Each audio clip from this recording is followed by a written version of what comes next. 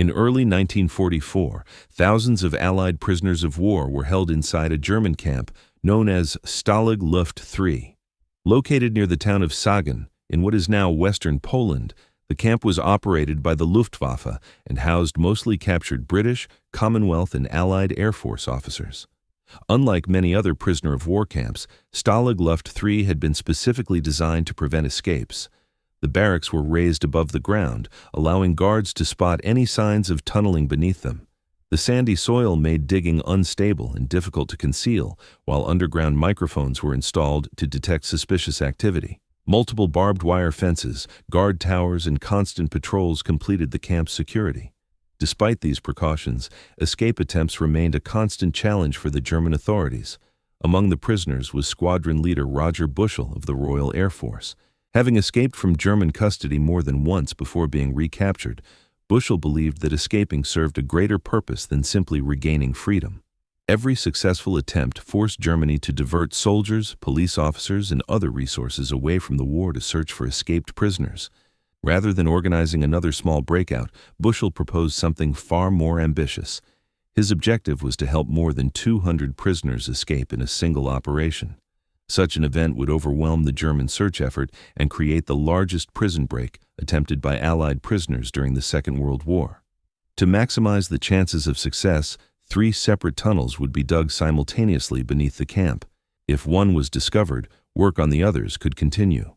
The tunnels were given simple code names: Tom, Dick, and Harry. The project required an extraordinary level of organization.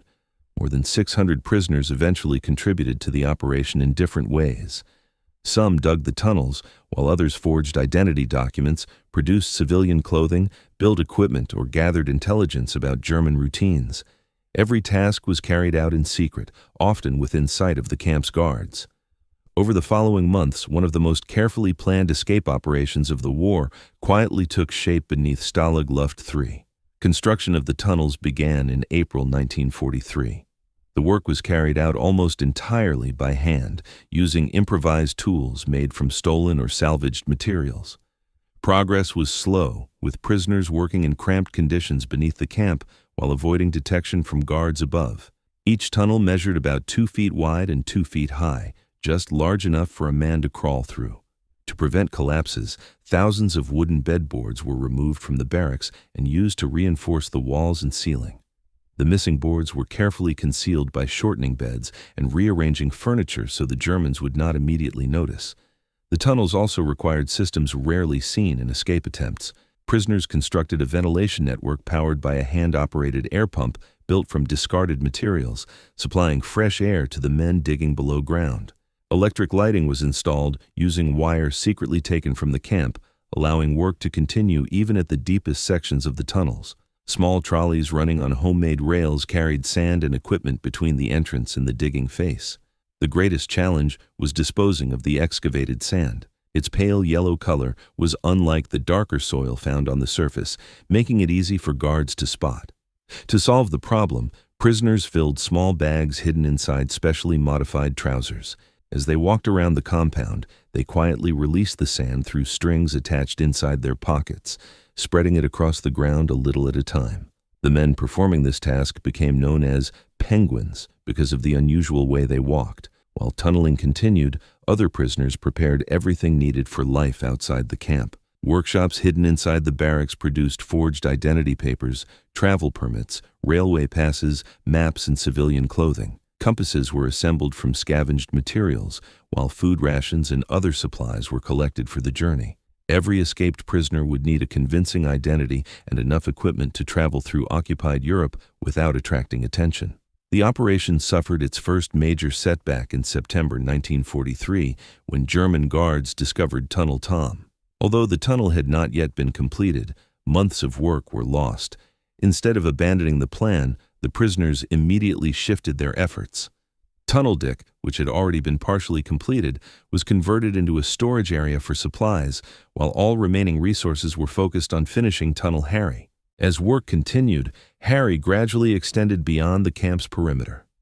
After months of digging, it eventually reached a length of more than 100 meters, making it one of the longest escape tunnels constructed by Allied prisoners during the war.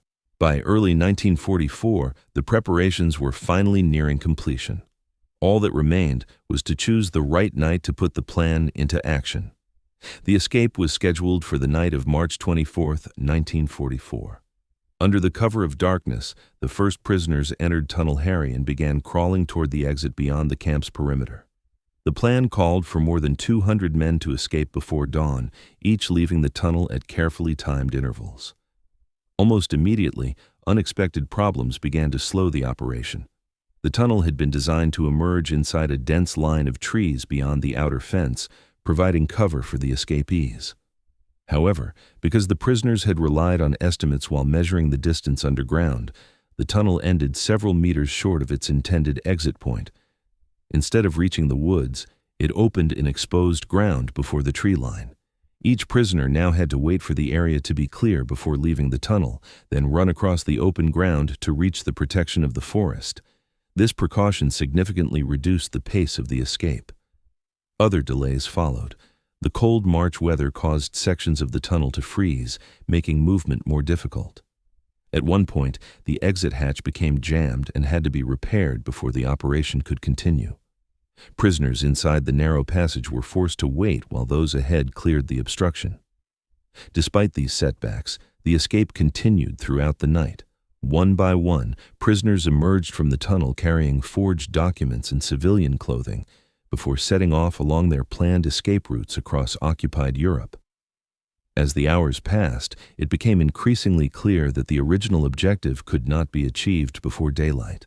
The delays had reduced the flow of men through the tunnel to only a fraction of the planned rate. By dawn, 76 prisoners had successfully escaped from Stalag Luft III. The 77th prisoner was waiting inside the tunnel when a German guard noticed movement near the exit. The alarm was raised immediately. Searchlights swept across the area as guards secured the tunnel entrance and began searching the surrounding countryside. The escape was over. Within hours, German authorities launched one of the largest manhunts of the Second World War, mobilizing police, military units, and security forces across occupied Europe in an effort to recapture the escaped prisoners.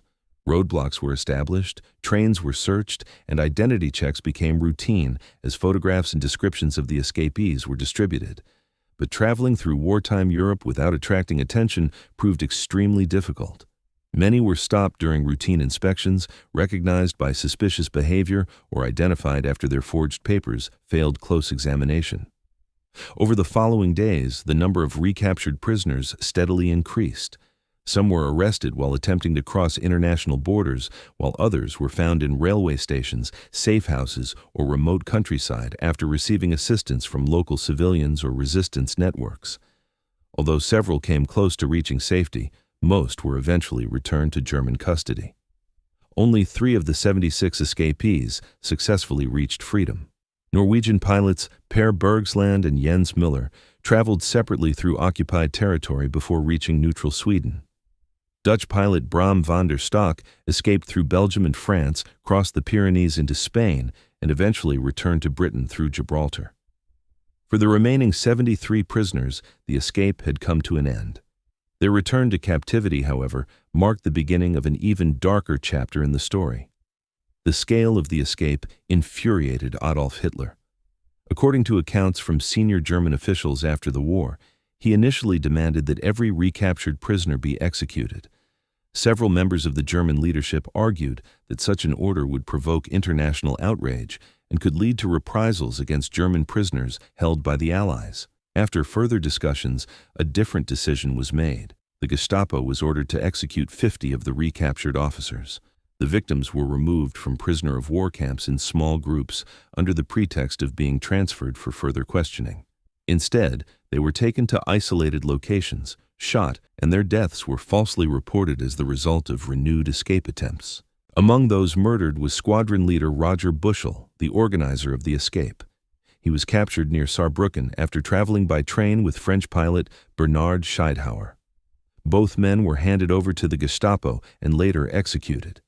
The killings were carried out over several days in late March and early April 1944. The bodies of the victims were cremated and their ashes returned to the prisoner of war camps in urns. German authorities claimed the officers had been shot while resisting arrest or attempting to escape once again, but the explanation was widely doubted by Allied officials. The executions were a clear violation of the 1929 Geneva Convention, which protected prisoners of war from such reprisals. News of the murders spread quickly among Allied governments, who declared that those responsible would be identified and prosecuted after the war. Although the escape had failed to free most of the prisoners, its consequences would continue long after the fighting in Europe came to an end. After Germany surrendered in May 1945, Allied investigators began searching for those responsible for the murder of the 50 officers.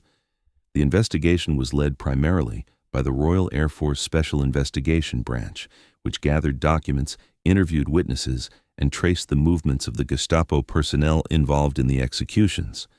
The investigation continued for several years and identified many of the men responsible. Between 1947 and 1948, a series of British military tribunals tried those accused of carrying out or organizing the killings.